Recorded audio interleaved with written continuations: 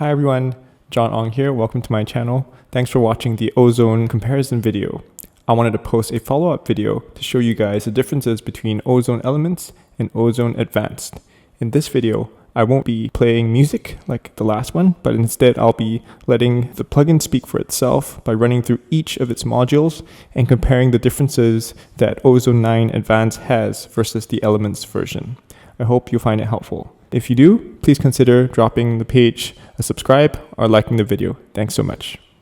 All right, let's jump right in. So we're going to take a look at the equalization section, comparing both of them. As you can see, they all have different views. You can see that actually Elements has one more view than the advanced version. Both of them have stereo, mid-side, and left-right settings. It actually seems that Elements has a few more features. Let's look at the Imager module. The Imager module has very similar looking sections, except for the fact that with the advanced version, you get different bands. In the Elements version, you just get one band for the whole mix. You also get one more view in the advanced version. All right, let's look at the maximizer section. Maximizer section is pretty different. In the advanced version, you have many different modes.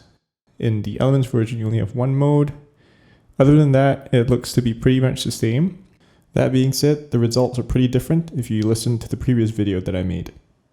Okay, so now we've moved on to the section which showcases the advanced only modules. The first one being the dynamic EQ that you can see here. I'm swapping between the different modes. You have analog and digital, and of course you can control each band with threshold, frequency, gain, and the Q function. Next, we're going to check out the exciter module, one of my favorites, and I put it on everything. You get different bands for this one, and each band can be made to sound different with the different modes like tape, tube, retro, and triode. The next module we're going to look at is the low end focus module. This one's pretty simple. You have a contrast and a gain fader. Next, we have the master rebalance module, which is pretty similar to their tonal balance control, except that this one is just a blanket mix fix type of situation. The next module is the Spectral Shaper, and you can use this to smooth and sculpt problematic and harsh frequencies in your mix. And I guess it's similar to an EQ in some ways, but you can actually tame things that are already baked into the mix with this module. All right, next we have the more standard modules you'd expect. A vintage compressor with the usual controls like threshold, ratio, attack, released, and you can choose between sharp, smooth, and balanced. Then we have a vintage EQ.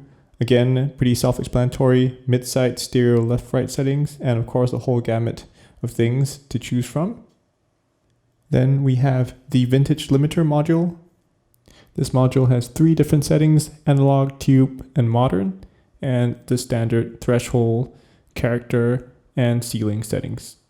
Next, we have the vintage tape module, another one of my favorites. I use this one a lot. I think it sounds pretty good, and you can tweak a lot of the settings like input drive, bias, harmonics, and change the speed of the tape emulation as well. Okay, so now we're at the section of the video where we compare the output section of the plugin. As you can see, the advanced version has 2 extra settings, codec and dither, that are missing in the Elements version. The last section of the video will be devoted to the settings menu. As you can see, we're comparing both the settings menus of both plugins here, and you can see that the advanced version obviously has more settings available due to it having more plugins available for you. But you can see that as we go through each of the menus, that there are differences that are missing in the Elements version that you only get in the advanced version. Right here we have the dynamics, which is missing from the Elements version, but both versions have the imager, so you can see that there are little differences there.